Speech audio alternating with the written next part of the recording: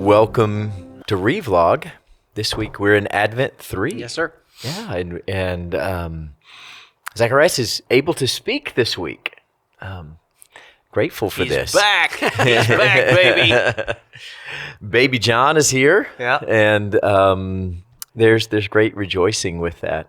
So as we see John the Baptist come on the scene here, Aaron, help us understand this text about John the Baptist in the context of Advent. Yeah. Here, kind of as you read this, I mean, where did your heart take you here? Well, grateful that we're studying this song. We don't, We don't often. We don't often, and That's really, right. and that not just we, but in general, right. it gets skipped.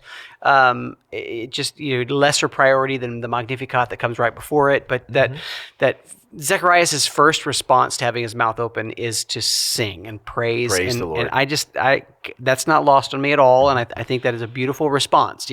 How do you celebrate? You sing. And so that's that. But And that he found this sort of genuine grace in being mute. Yeah. Right? That it did draw him in near to the Lord. It wasn't something that he was angry about. But it led him to the Lord. You always pray over your children, and you have great hope and expectation for your kids. And as I read it today, I thought, holy cow, talk about a weight to put on a kid. Yeah. But you will be the prophet of the Most High.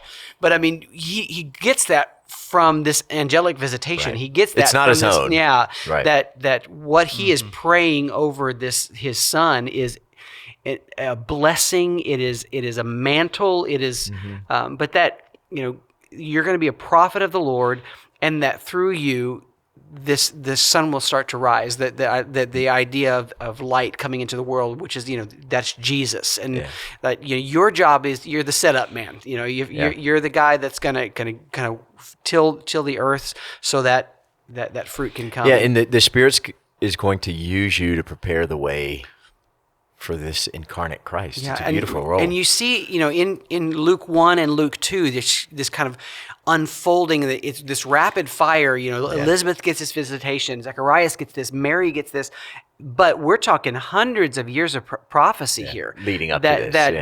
That makes straight in the desert a highway for the Lord. This is John's role that has been spoken about for hundreds of years, and now we see this just unfolding of all this, and it's an incredible picture.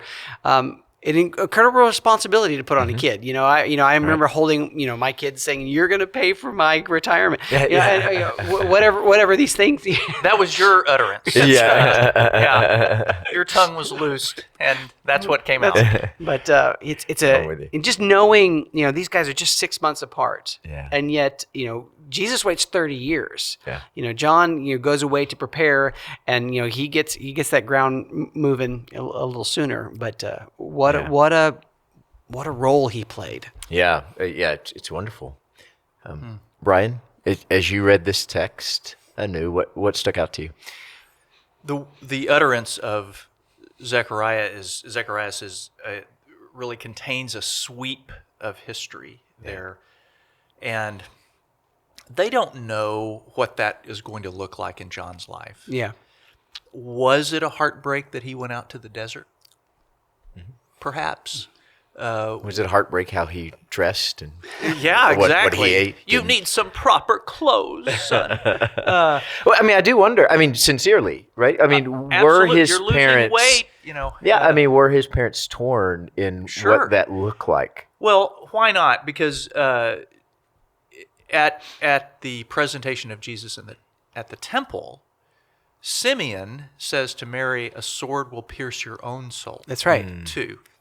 And this child will become a sign that is spoken against, and cause the rise and fall of many in Israel. And a sword will pierce your own soul.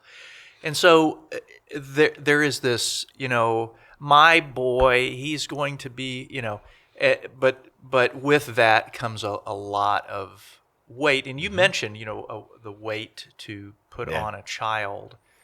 The weight was there. It really was. And it quite possibly burdened his parents because they didn't understand, and what is the role of a forerunner as it works out in real time, what does that look like?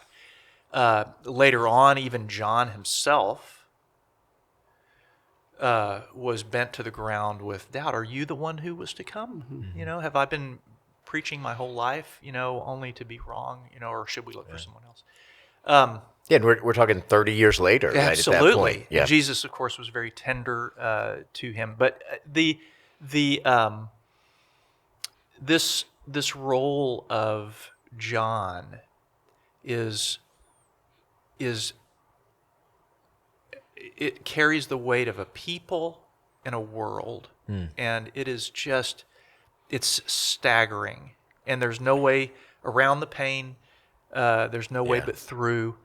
And John was contentious with the religious establishment of his day. You brood of vipers, and he was he spoke, he preached, he engaged with the occupying forces. Be content with your pay. I mean, this was a hard road for him and for his family, and yet this was the one who was preparing the way in the desert for the Lord. And it's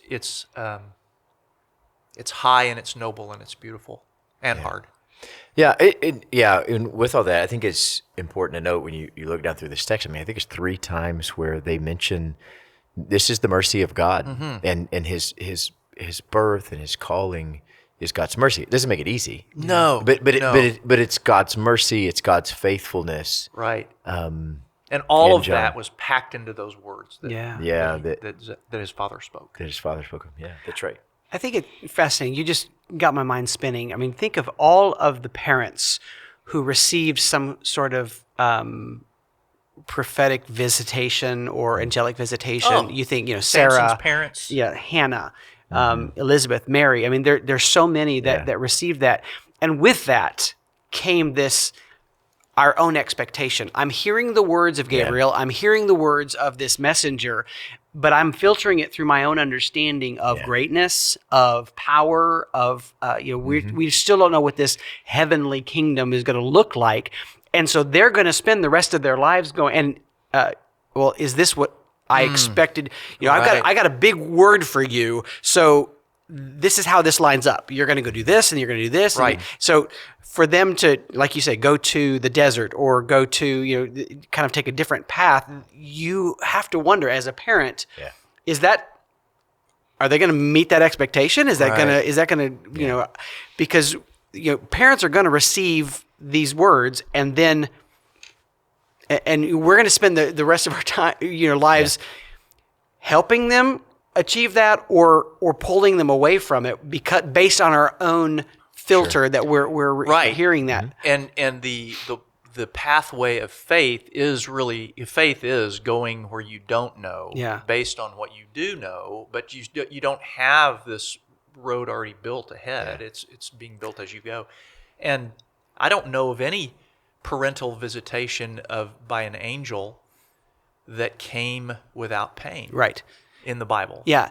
And so I think as I'm thinking, just kind of processing as you're speaking and thinking about me, have 3 girls, and I have not necessarily an angelic visitation, but I have hopes and dreams for them. Right. Yeah. So am I submitting and surrendering that to the Lord? Am I trusting them to Him and not trying to manipulate it to my own understanding, my own misguided, as I, I'm not thinking that any of my girls are necessarily the forerunner of the Christ, but I do have high hopes for them in the Lord and just in general. How could you not? And so, but I guess am I willing to ask myself, am I helping them to discover their path? Yeah, because often, and to your point, our view of God's work is far too narrow. Yes, and right. We can't see wide enough or far enough to understand what God's doing. And I think you're right. Helping them discover that and giving them permission to discover that in a way that may be outside of our narrow vision is difficult, but holy. Yeah. Because God often works outside of our expectation and vision. And I'm sure that's what they experienced. And like Brian, like you said earlier, John the Baptist even questioned it. to Jesus, saying, "Did I miss it? Yeah. Right? Did we get this wrong?" Absolutely. With that, Brian, what question do you have of the text? How can I invite the Lord to carve out a place in my heart big enough to hold His will for my children and my progeny? How can I? Because with fear and trembling, I say that. How can I offer myself to the Lord to let Him make that space big enough to hold that, rather than just hold what I want? Yeah. Amen. We'd love to hear your thoughts on the birth of John the Baptist. If you'd comment below.